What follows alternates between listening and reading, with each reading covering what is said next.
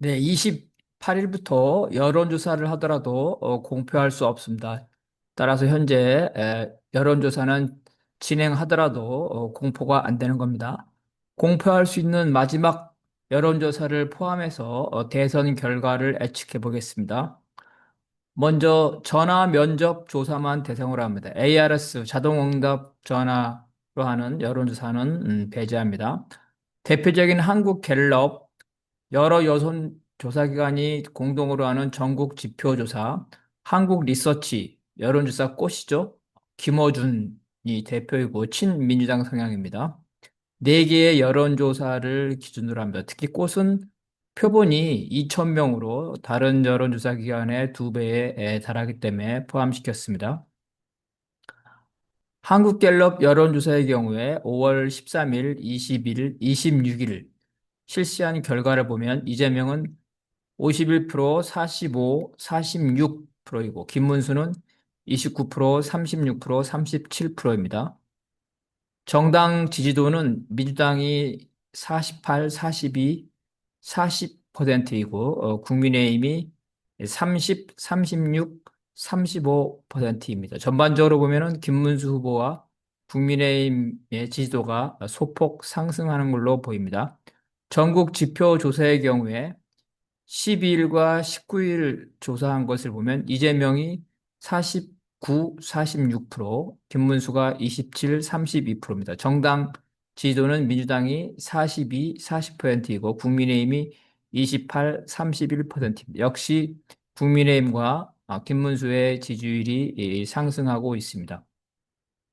한국 리서치의 경우에 15일, 20일, 25일 실시한 결과를 보면 이재명이 46, 49, 45%이고 김문수는 31, 34, 35%입니다.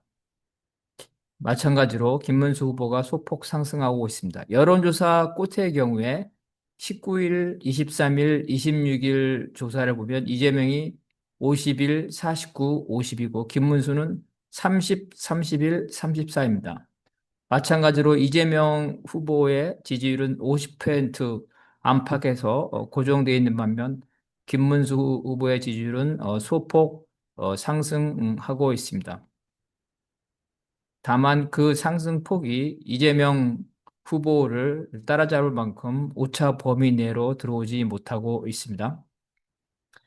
이재명 후보의 지지율을 여론조사 기관별로 보게 되면 15일 날에는 51, 49, 49, 51이었고 20일에는 45, 46, 49, 49입니다. 26일경에는 46, 45, 50입니다. 전반적으로 이재명 후보는 더 이상 득표율을 올리기를 어려울 정도, 즉 50%, 50%죠. 50%에 근접하고 있습니다. 반면 김문수는 29, 27, 31, 30%이고 그 이후에 36, 32, 34, 31%입니다. 최근 여론조사는 37%, 35, 33%입니다. 김문수 후보가 역시 이 소폭 상승하고 있지만 이재명 후보를 따라잡기에는 역부족입니다.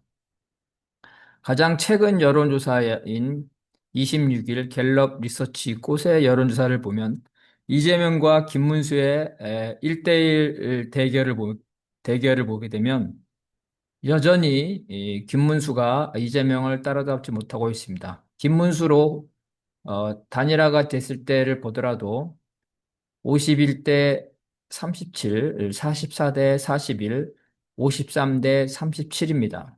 다만 단일화될 경우에 어느 정도 쫓아오고 있지만 여전히 오차범위 바뀝니다. 단일화가 되지 않는 상태에서 최근 여론조사 결과를 보면 30, 46대 37, 9%죠. 45대 35, 10%죠. 50대 33 이렇게 나타나고 50대 33은 여론조사 꼬세입니다. 최근 정당 지지도를 보게 되면은 40대 35, 39대 34, 50대 33입니다. 여론조사 꽃을 제외한다면은 정당 지지도는 5% 정도로 그 격차가 고정되어 있습니다. 한편 여론조사 꽃은 26일 날 12만 명이죠. 무려 12만 명에게 전화를 해서 15,000명에게 자동 응답 여론조사를 실시했습니다. 이 결과를 보게 되면 다자구도에서 이재명 대 김문수는 49대 38, 11%입니다. 양자구도에서는 김문수로 단일화됐을 때는 50대 40, 10%입니다. 정당 지지도는 47대 37로 나타납니다. 여론조사 꽃의 경우에도 민주당이 좀 더 많이 유리하게 나오는 경향인데 그러함에도 불구하고 꽃의 경우에도 국민의힘과 김문수의 지지율이 소폭 상승하고 있다는 것을 보여줍니다.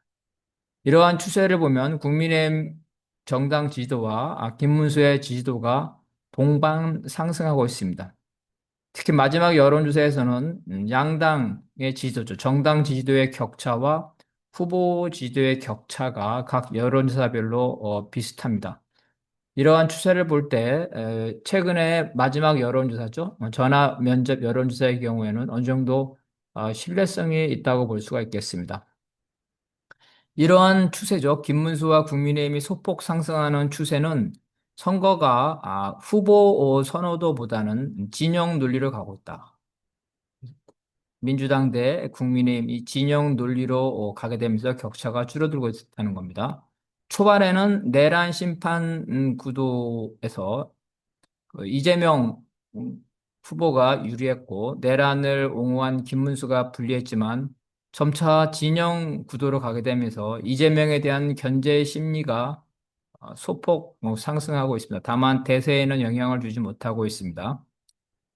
결론적으로 내란 심판이 이재명 견제 심리보다 여전히 우세합니다.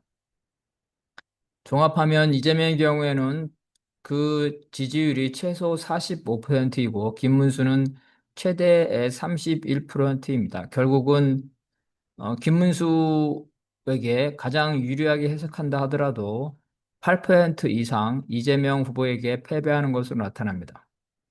다만 양자 대결하게 되면은 그 최소 격차가 한국 리서치의 경우에는 44대 41, 즉 3% 이내로 오차 범위 내로 추격하는 것으로 나타나는데 이 한국 리서치의 여론조사 결과는 다른 조사의 결과에 비해서 김문수가 상대적으로 많이 나온 것이기 때문에 그 신뢰도에 일정 부분 의문을 가질 수 있습니다.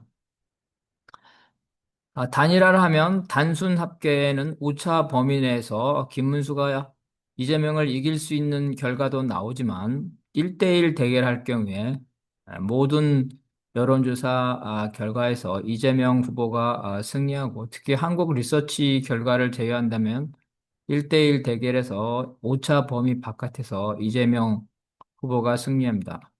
결국은 결론을 말하면 뭐 특별한 일이 발생하지 않는다면 현재 구도로 간다면 이재명 후보가 7% 수준의 오차 범위 밖에서 어, 무난하게 승리할 것이라고 보입니다. 압승은 아니지만 이재명 후보의 당선이 대세라고 볼 수 있겠습니다.